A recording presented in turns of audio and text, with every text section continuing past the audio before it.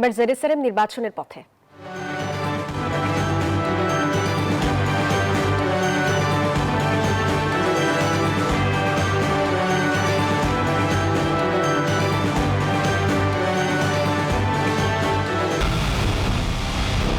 পুরো দেশের মুখে হাসি ফোটাতে নিজেকে হতে হয় স্ট্রং, আর মনোবল হতে হয় স্পার্ক জিরো। জেরুসালেম 25 বছরের পথ চলায় নিরাপদে রাখার প্রত্যয়ে। আজ থেকে দেশের ভেতরে পোস্টাল ব্যালট পাঠানো শুরু হয়েছে বলে জানিয়েছেন ইসি সচিব Akter Ahmed.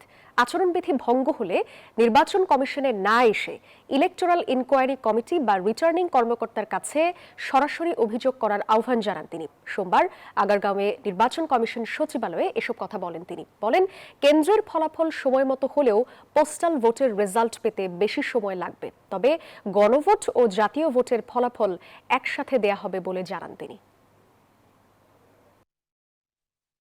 In country postal ভোটের ব্যালট পেপার আজকে থেকে ডিস্ট্রিবিউশন শুরু হয়েছে।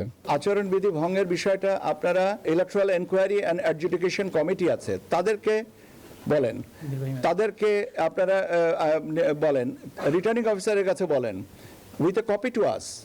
আমরা এখান থেকে এই জিনিসটাকে ফলো আপ করব। আমাদের এখানে যদি কি বলে অভিযোগটা করা হয়, আমাদের যে ব্যুরোক্রেটিক চ্যানেলে এটাকে পাঠাতে 1 থেকে 2 দিন সময় লাগে।